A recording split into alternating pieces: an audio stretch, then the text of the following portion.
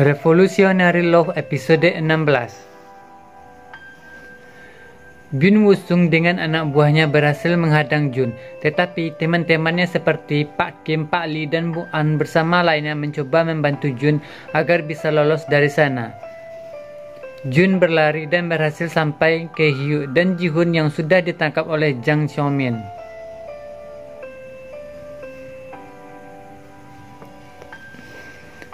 Di kantor pimpinan, Byun sangat marah. Dia mencoba menelpon beberapa kenalannya, tetapi tidak ada yang mau membantunya. Woo-sung juga menelpon jaksa Hwang Myung-soo, tetapi ia tidak dapat membantu karena bukti sudah terlihat jelas. Woo-sung juga sangat marah. Jang Xiaomin menyerahkan bukti dokumen tanda tangan dan rekaman data USB ke atasannya. Ia juga menanyakan tentang apa yang harus ia lakukan kepada mereka bertiga. Jun, Ji-hoon, dan Hyu sementara bermalam di tahanan. Keesokan hari, para petugas mulai bertindak, menggeledah dan mengambil semua barang bukti. Baik pimpinan Byun maupun Woo-sung hanya bisa melihat saja. Pimpinan Byun juga mengatakan kalau dia akan pergi ke sana sendiri. Berita tentang hal ini juga sudah masuk TV, membuat Jung Yo-jin dan putrinya Byung Sena terkejut.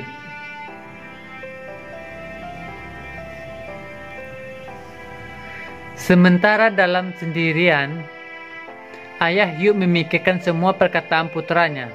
Saat keluar dari ruangan, Hyu datang dengan menundukkan kepala, tetapi pimpinan Byun tidak memukulnya dan mengabaikan dia. Tiba-tiba Hyu bergumam kenapa ayahnya tidak memukul dirinya.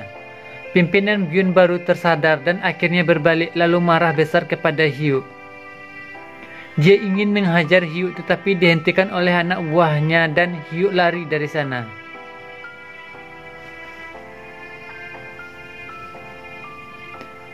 Hyu keluar dan bertemu dengan kakaknya Woo-sung. Dia masih marah. Tetapi Hyu mencoba menjelaskannya bahwa dia akan membuat dunia lebih baik. Dari sana Hyu keluar dan sudah ada Jun bersama Ji-hoon. Hyu menangis, Jun bersama Ji-hoon memeluknya. Sementara saat makan malam, pimpinan Byun mengatakan pada istrinya kalau Hyu bukan lagi putranya.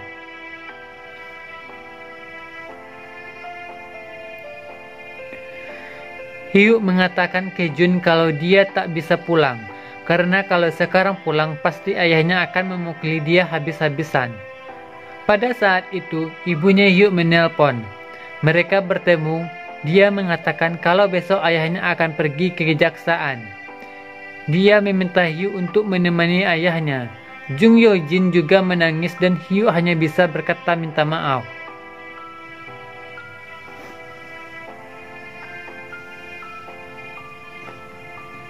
Keesokan harinya, Hyu datang untuk mendampingi ayahnya. Pimpinan Byung mengatakan kalau perbuatan yang ia lakukan memang ilegal, namun sudah wajar di generasinya dan bukan perbuatan yang memalukan.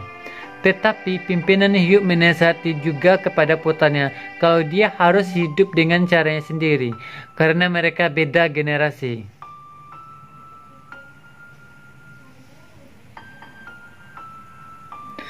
Anak buah pimpinan Byun membawa kursi roda, tetapi ia menolak memakainya dan menendang itu.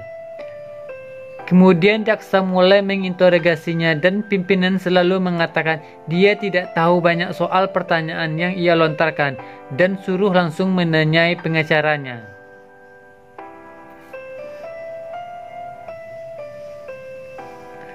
Di sisi lain, perusahaan tetap jalan seperti biasa. Direktur Byun Woo-sung juga menjalankan tugasnya seperti sebelumnya, termasuk para pegawai lain. Tetapi ketika ayahnya Hyu ditahan, justru nilai saham grup Gangsu semakin melonjak. Sementara itu, Jun dan ibunya mendapat surat dari perusahaan Gangsu terkait pemberitahuan rehabilitasi ayahnya bahwa mereka memutuskan untuk menarik pemecatan Baek Sung-gi.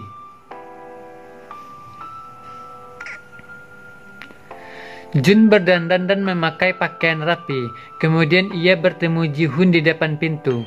Dia menyuruhnya untuk tidak menganggur. Tetapi Ji-hoon mengatakan untuk beristirahat selama mungkin dia bisa. Dia juga menanyakan sesuatu tentang kapan dia akan memberitahu Hyuk.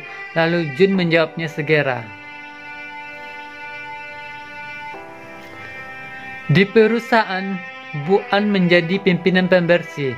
Hyuk juga mulai menyuruh untuk menghapus hak khusus seperti parkir dan lift untuk eksekutif serta mengatur beberapa hal lainnya. Pak Seol mendapat telepon dari pimpinan Byun. Dia menemuinya di penjara. Dia menyuruh Pak Seol kembali ke perusahaan dan memimpinnya. Dia mempercayakan perusahaannya kepadanya. Sementara itu, Jung Yo-jin kembali menemui peramal langgalannya. Dia menyarankan harus memindahkan lokasi tempat tinggal mereka agar bisa bersama karena ada rintang besar di sana.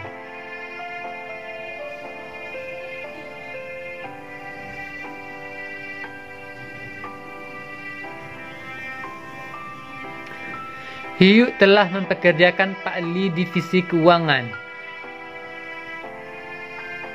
Dia membicarakan dan menyarankan tentang rencana kepemilikan saham pegawai agar mereka bisa ikut serta sebanyak mereka mau dan memiliki hak suara dan manajemen hingga bisa ikut memilih para eksekutif.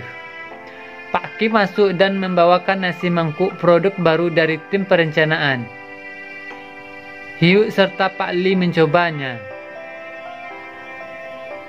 Jun terlihat sedang melakukan pekerjaan paruh waktunya, belanja banyak pakaian dan beberapa barang. Hyuk menelpon karena kangen dengannya.